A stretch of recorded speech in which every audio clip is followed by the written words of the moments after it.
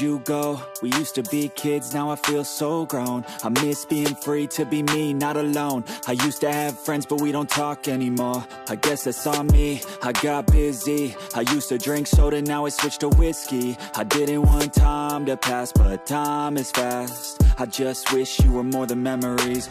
I got kids now, but I'm a kid now. I haven't grown in my mind, just my skin now. I don't get taxes, I hate chores, I hate mail, bills, and miss the outdoors. I feel like the air used to smell different.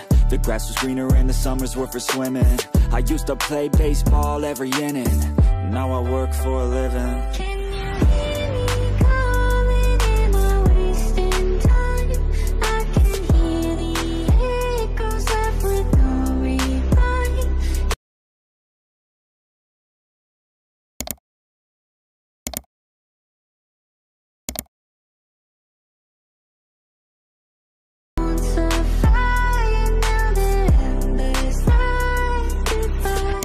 Watch more podcasts and hear less music. My brain feels different and I don't want.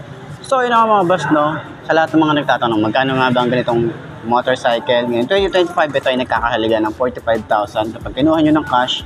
At syempre available din sila sa installment. Ipapakita ko na lang din dyan sa screen nyo ano nga ba ang kanilang down payment, and then yung terms nila, and then yung rebate nila na 200 pesos.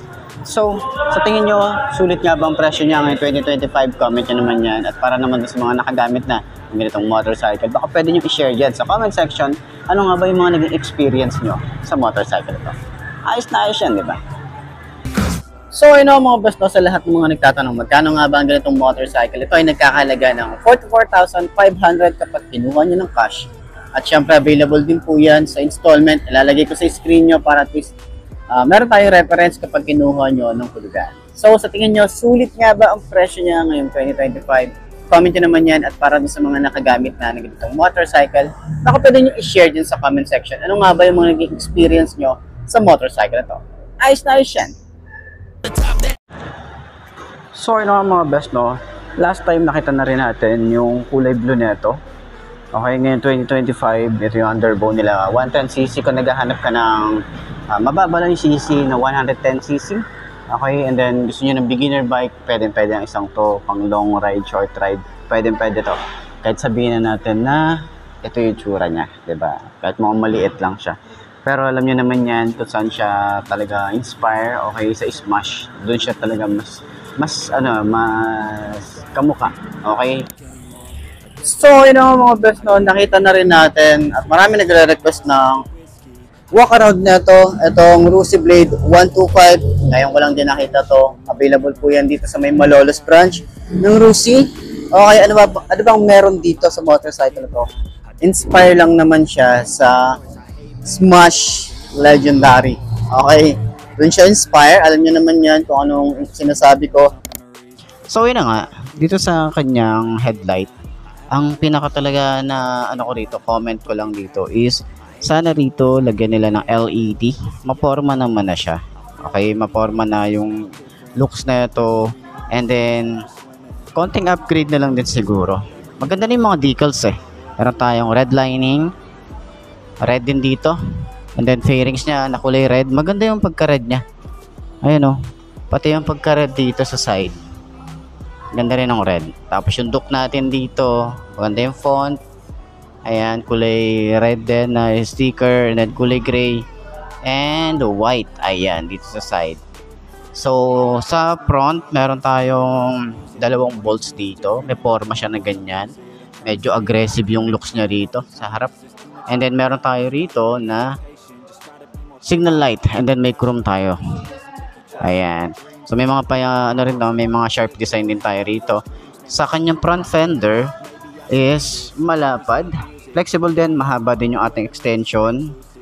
Yan, naka-telescopic fork tayo rito, and meron tayo rito ang wired spoke. So sana maglabas din sila rito ng mags type. Okay, para at least merong other na option, 'di ba, para dito sa Duke 110. So, sa kanyang headlight, mapapansin natin, LED na yung ating headlight dito.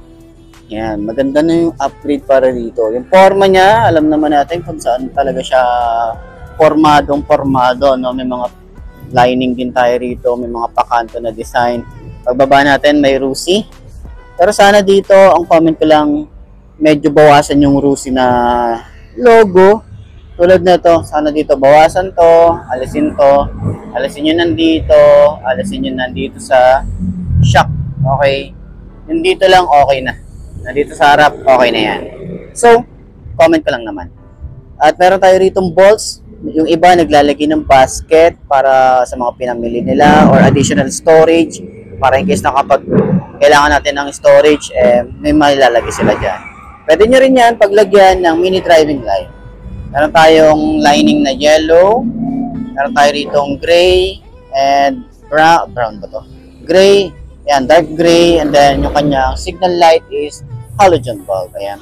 Yan lang naman kasi si Smash kasi meron din silang mags type and then naka rim set din sila, 'di ba? So yan, naka single disc brake din tayo rito.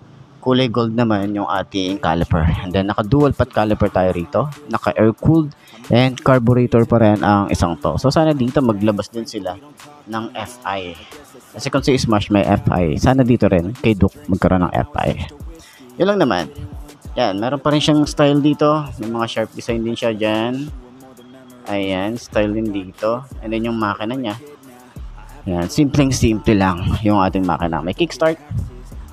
Foot pegs, hindi siya napiflip. Combination ng rubber and metal. Rear brake pedal, napakalambot. Napaka-smooth lang niya. And then, foot pegs para sa angkas. Napaka-smooth lang din. Combination ng rubber and metal. And then, meron siyang bracket dito. Ayan. So, sa tambucho, meron tayong cover na metal. Mahaba din yan. Okay? So, medyo payat lang yung ating elbow dito. Hanggang dito sa ating tambucho. Ayan. So, naka dual shock tayo rito. And then, ano naman siya? Adjustable. And then, swing arm. Okay? Medyo maliit lang at medyo manipis lang siya. Naka drum brake sa likod. Naka ward spoke. Ang size nga pala dito sa likod ay 80 by 90 by 17. Sa harap naman, ang size dito ay 70, 90 by 17 din. So, same size lang yung harap at likod. And then, Yuanqing, yung kanyang brand. Ayan. Ayan. May mga patulis tayo na design. Yung kanyang fender. Bulky and flexible. May extension tayo na matte finish na kulay black. And then, telescopic fork na may roost dito na sticker. Mugs natin dito. Naka-tube type pa rin naman tayo rito at yung size dito ay 2.5 by 17. Sa kanya namang disc brake, meron tayong single disc brake. Ayan, meron tayong dual pad caliper. Naka-air cooled din ang isang to. Yung design nga pala dito sa gilid, ayan, may rusi, may kulay yellow, gray, dark gray. And sa ating makina, meron tayo rito na maliit lang naman, 125cc. Rear brake pedal, smooth lang din. May kickstart pa rin tayo rito.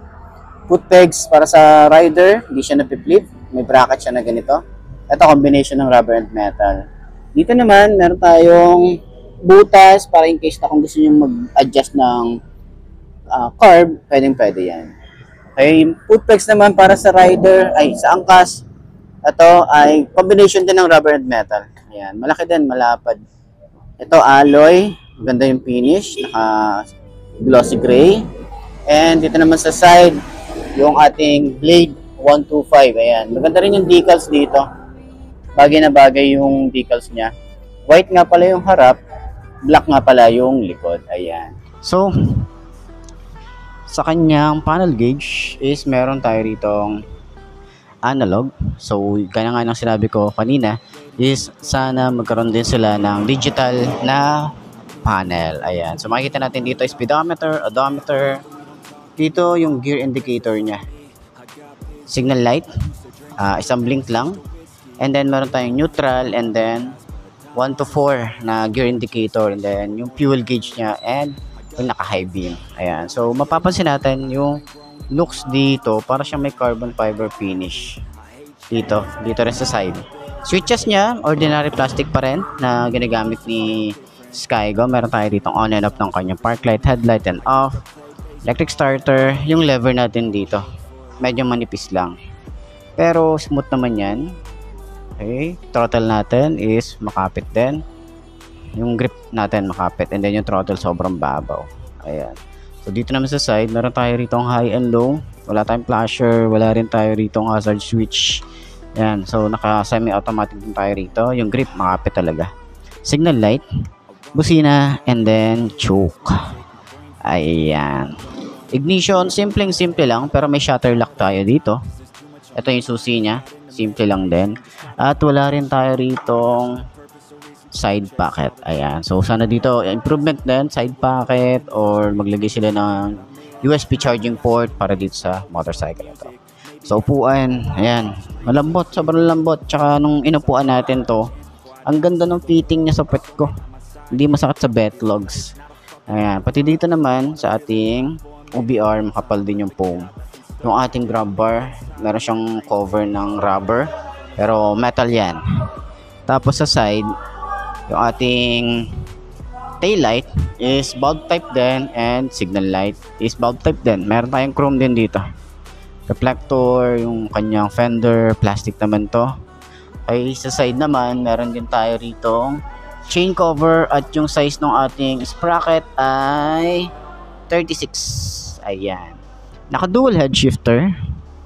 Tapos 4 speed ang isang to. Kita naman natin sa gear, sa panel niya, 'di ba?